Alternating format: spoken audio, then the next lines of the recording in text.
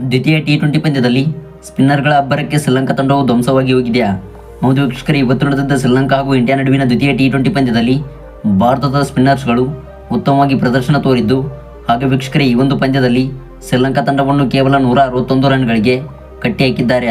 ಹೌದು, ಈ ಒಂದು ದ್ವಿತೀಯ ಟಿ20 ಪಂದ್ಯದಲ್ಲಿ ರವಿ ಬಿಷ್ಣೋಯಿ ಮತ್ತು ಅಕ್ಷರ್ ಪಟೇಲ್ ಅವರು ಉತ್ತಮವಾದ ಬೌಲಿಂಗ್ ಮಾಡಿದ್ದು, ಹಾಗೆ ರವಿ ಬಿಷ್ಣೋಯಿ ಅವರು ಹಾಕಿದಂಥ 4 ಓವರ್ಗಳಲ್ಲಿ 26 ರನ್ ನೀಡಿ 3 ವಿಕೆಟ್ ಕಬಳಿಸಿದ್ದಾರೆ.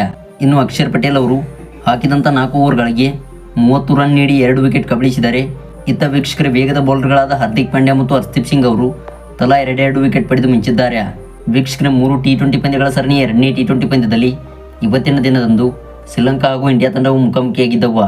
ಇನ್ನು ವೀಕ್ಷಕರ ಈ ಒಂದು ಪಂದ್ಯವು ಕೂಡ ಪಲ್ಲೇಕೆಲೆ ಅಂತಾರಾಷ್ಟ್ರೀಯ ಕ್ರಿಕೆಟ್ ಮೈದಾನದಲ್ಲಿ ಜರುಗಿತ್ತು. ಇನ್ನು ಈ ಒಂದು ಪಂದ್ಯದಲ್ಲಿ ಟಾಸ್ ಗೆದ್ದಂಥ ಸೂರ್ಯಕುಮಾರ್ ಯಾದವ್ ಅವರು ಮೊದಲು ಬೌಲಿಂಗ್ ಆಯ್ದುಕೊಂಡರು. ಅದರಂತೆ ಬೌಲಿಂಗ್ ಮಾಡಿದ್ದ ಸೂರ್ಯಕುಮಾರ್ ಯಾದವ್ ಅವರ ಪಡೆಯು ಶ್ರೀಲಂಕಾ ಪಡೆಯನ್ನು 161 ರನ್ಗಳಿಗೆ ಕಟ್ಟಿ ಹಾಕಿತು. ಹೌದು ವೀಕ್ಷಕರೇ, 9 ವಿಕೆಟ್ ಪಡೆಯುವ ಮೂಲಕ ಈ ಒಂದು ದ್ವಿತೀಯ ಟಿ20 ಪಂದ್ಯದಲ್ಲಿ ಭಾರತ ತಂಡವು ಮೇಲುಗೈ ಸಾಧಿಸಿದೆ.